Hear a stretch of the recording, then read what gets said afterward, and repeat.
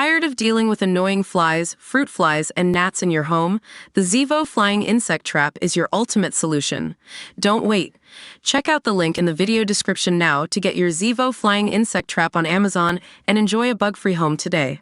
Dave Hughes has joined a community fight to save his local post office in a Melbourne suburb amid a string of Australia Post closures. The radio presenter, 53, shared his impassioned thoughts as more than 100 locals gathered outside the St Kilda South Post Office on Thursday to protest its closure. Australia Post recently announced their intention to shut the facility on July 19 due to declining foot traffic, claiming visits to the branch had dropped by 20%.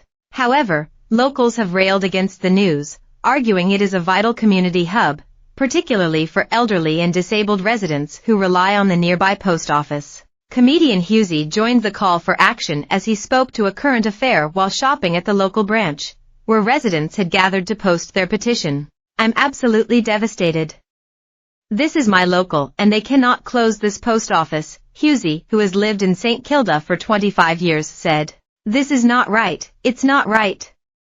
I don't know what are we going to do? This is crazy.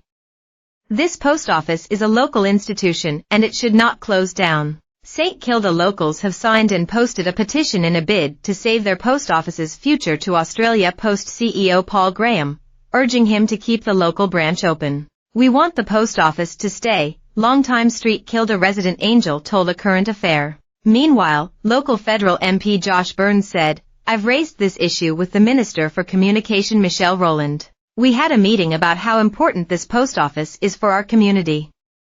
I'm doing everything to support our community, and I'll keep doing that." The Frankston Post Office branch in southeast Melbourne is also due to close next month after customer visits dropped by 40% since 2020. However, locals have questioned the figures as they argued the COVID-19 pandemic from early 2020 until mid-2023 would have heavily affected the footfall figures.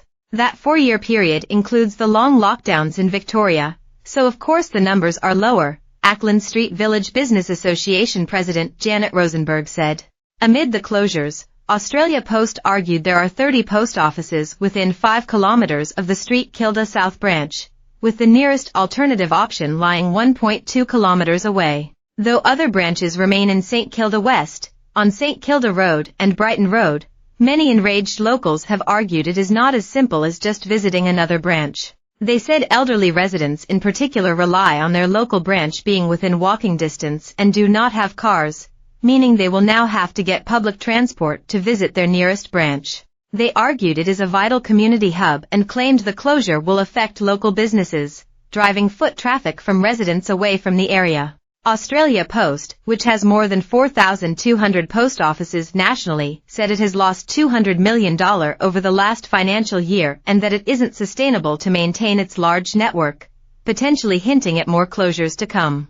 As more people transact online, it isn't financially sustainable to maintain such a large network of post offices, particularly in metropolitan areas where there is a significant oversupply, they said in a statement.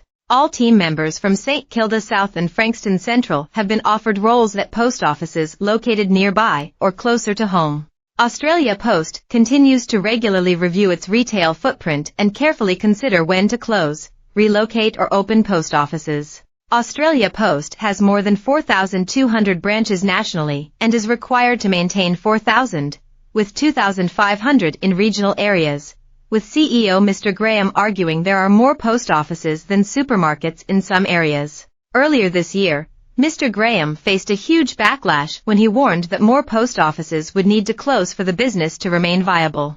After a postal shakeup last year, Australia Post confirmed its performance had improved in the first half of 2024, with a record of nearly 100 million parcels delivered.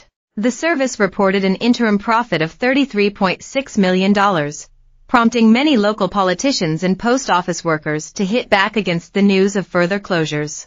Despite the half-year profit, Australia Post said the letters business still reported a $182 million loss while declining customer visits to post offices were impacting the business.